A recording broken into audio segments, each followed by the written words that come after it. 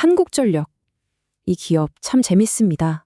한쪽에서는 수조 원의 이익을 내고 있는데 다른 한쪽에서는 100조 원이 넘는 어마어마한 빚을 지고 있거든요. 겉으로 보이는 실적과 그 뒤에 숨겨진 재무적인 압박, 이 사이에서 우리 투자자들은 과연 어떤 기회를 보고 또 어떤 리스크를 따져봐야 할까요? 오늘 이 질문에 대한 답을 한번 찾아보겠습니다. 자, 그럼 바로 한번 들어가 보죠. 우선 한국전력의 현재 수익 구조, 그리고 그 현실을 좀 들여다볼 거고요. 이어서 그 거대한 부채 문제와 이걸 해결하기 위한 돌파구는 뭔지, 그리고 마지막으로 투자자로서 우리가 반드시 확인해야 할 체크포인트는 무엇인지 이 순서대로 짚어보겠습니다.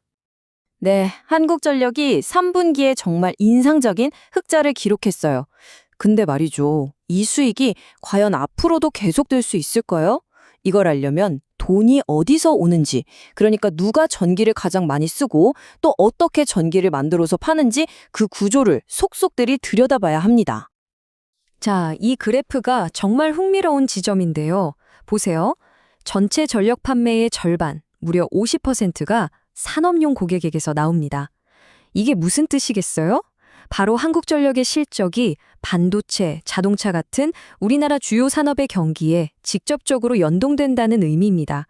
그러니까 우리 투자자들은 산업 경기 동향을 한국전력의 매출을 예측하는 중요한 지표로 삼아야 한다는 거죠. 그리고 이 그래프는 아주 핵심적인 전략 변화를 한눈에 보여줍니다. 정부 정책과 맞물려서 상대적으로 비싼 석탄 발전을 줄이는 대신에 저렴한 원자력 발전에 점점 더 의존하고 있다는 점이에요. 원자력 비중이 무려 49%까지 늘어나면서 비용 구조가 직접적으로 개선됐고 당연히 수익성도 높아지는 효과를 가져온 겁니다.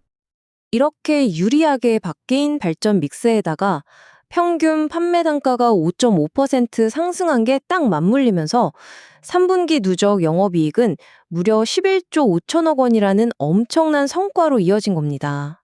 표면적으로만 보면 정말 훌륭한 실적이죠. 하지만 말이죠, 이 화려한 흑자 뒤에는 회사의 모든 전략적인 움직임을 꽁꽁 묶어버리는 훨씬 더 큰 그림자가 드리워져 있습니다. 바로 천문학적인 부채 문제입니다. 우리 투자자들이라면 이 숫자에 정말 주목해야 합니다. 총 차입금 130조 5천억 원. 이건 회사 총 자산의 절반을 훌쩍 넘는 어마어마한 규모예요. 이 빚은 2022년 에너지 위기 때 하늘 높은 줄 모르고 치솟던 에너지 비용을 한국전력이 전부 떠안으면서 순식간에 쌓인 결과물입니다. 이 막대한 부채는 사채 발행 한도라는 아주 치명적인 문제로 이어집니다. 이걸 그냥 회사의 신용카드 한도라고 생각하시면 이해가 쉬워요. 근데 지금 한국전력은 이 한도를 거의 다 채워가고 있는 굉장히 아슬아슬한 상황에 놓여 있습니다. 여기서 핵심은 이겁니다. 법적으로 2027년 말까지 이 한도를 자본금과 적립금의 2배 이내로 반드시 낮춰야만 해요. 만약 이 시한을 못 지키면 신규 채권 발행이 막혀서 자칫 유동성 위기에 빠질 수도 있습니다. 그런데 문제는 지금처럼 별다른 조치 없이 현재 요금 체계를 유지한다면 목표 달성은 2029년에나 가능하다는 거예요. 시간이 없다는 뜻이죠. 그렇다면 이 위기를 어떻게 뚫고 나갈 수 있을까요?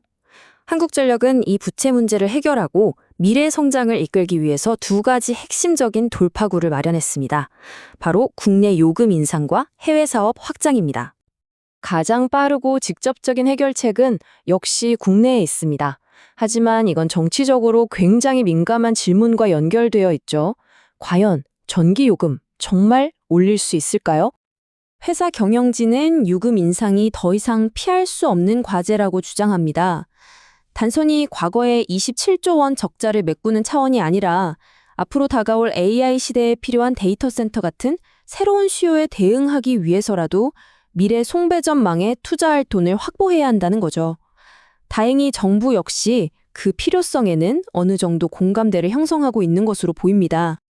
여러 규제가 얽혀있는 국내 시장을 넘어서 이제 한국전력은 해외에서 새롭고 강력한 상장 동력을 찾고 있습니다.